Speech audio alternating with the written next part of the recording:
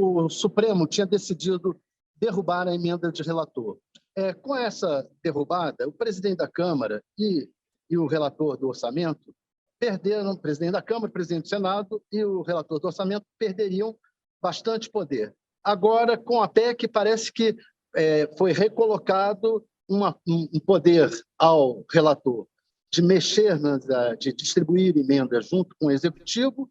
E eu queria saber do senhor o seguinte, nesse quadro, como ficou a situação do presidente da Câmara? Ele está com mais ou menos poder? O poder do presidente da Câmara não é derivado do orçamento.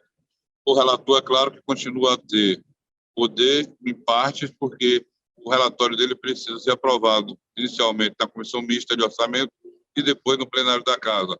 Agora, é ele que destina as verbas para os programas.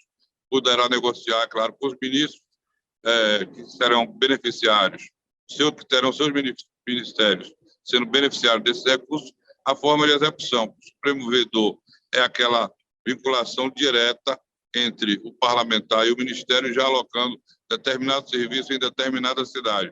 Agora, o serviço vai ser de forma genérica, alocado no Ministério, conforme a conveniência da administração pública e as solicitações feitas diretamente por qualquer parlamentar ou qualquer, digamos assim, prefeito, agente político ao Ministério, o ministro possa tocar efetivamente a sua regulação. É claro que ninguém é criança de que um ministro que tem uma relação de parceria muito boa com o Congresso está fadado a ter cada vez mais a confiança e cada vez mais os recursos dos seus ministérios possam ser ampliados.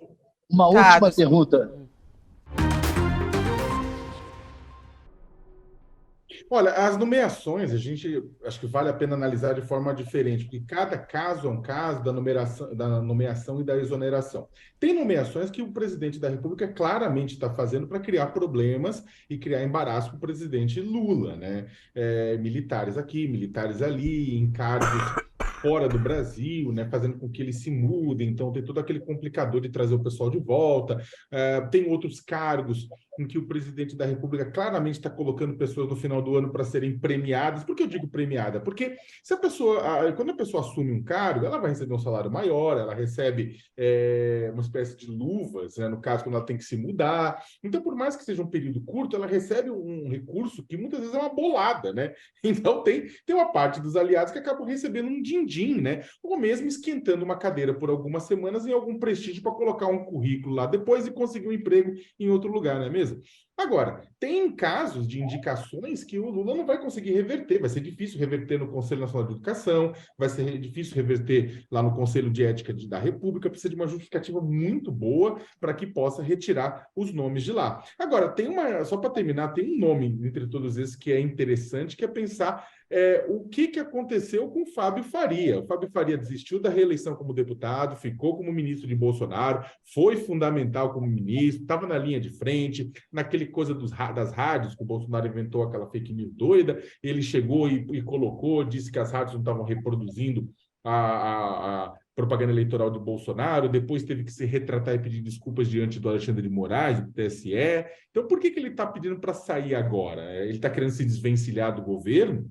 Né? Será que ele está querendo ficar mais longe, se distanciar do governo nessa reta final? Qual que é a ação? Né? O Guedes pediu férias. Por que ele não pediu férias também? Então, o Bolsonaro está usando a caneta que ainda tem tinta, né, nesse resto do ano, para ajudar aliados ou para atrapalhar Lula, né, de uma maneira geral.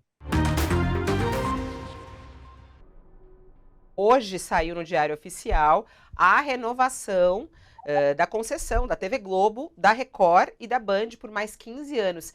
Esse era um assunto que volta e meia Bolsonaro falava, fazia ameaças à TV Globo o tempo inteiro que não renovaria, né, a concessão à TV Globo, e antes de sair ele renova. Segundo a Secretaria-Geral da Presidência, o processo seguiu os ritos previstos no decreto que regulamenta o serviço de radiodifusão, com uma série de requisitos que devem ser cumpridos pelas interessadas. O presidente já tinha renovado na semana passada a concessão do SBT, que é justamente do sogro do Fábio Faria, né, do Silvio Santos, e os textos seguem agora para o Congresso, onde também precisam ser aprovados. Mas Bolsonaro falou, no final assinou e renovou por 15 anos Globo, Record, Band e SBT, Bombig.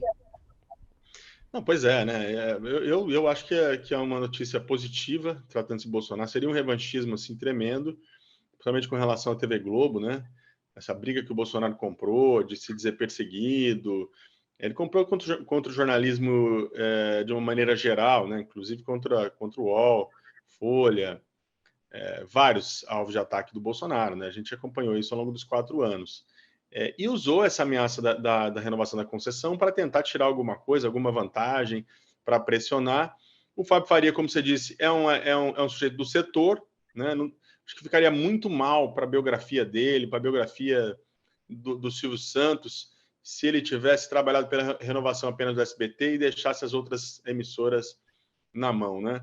Então, acho que com essa renovação, ele cumpre um papel ali, disse agora o que eu tinha que fazer eu fiz, vou embora.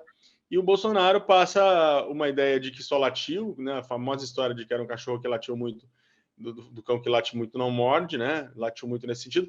Mas nesse caso eu acho saudável, acho salutar. Não, pelo menos até onde acompanhei, né? Não havia nenhum motivo que não fosse retaliação e revanchismo para não renovar essas concessões, né? Principalmente a da TV Globo, ali, que estava extremamente sob pressão dele e dos aliados dele. Então, o que acontece se Bolsonaro se negar a deixar o Palácio da Alvorada? Né? Tudo bem, apesar do golpismo, do chilique, da pirraça, da depressão, a gente sabe que nada indica que ele não vai deixar. Teve o caminhão de mudança, o Bombig falou, teve aquele Bolsonaro com cara de pau, aqueles presentes, né, que foram retirados do Palácio do Planalto já, né?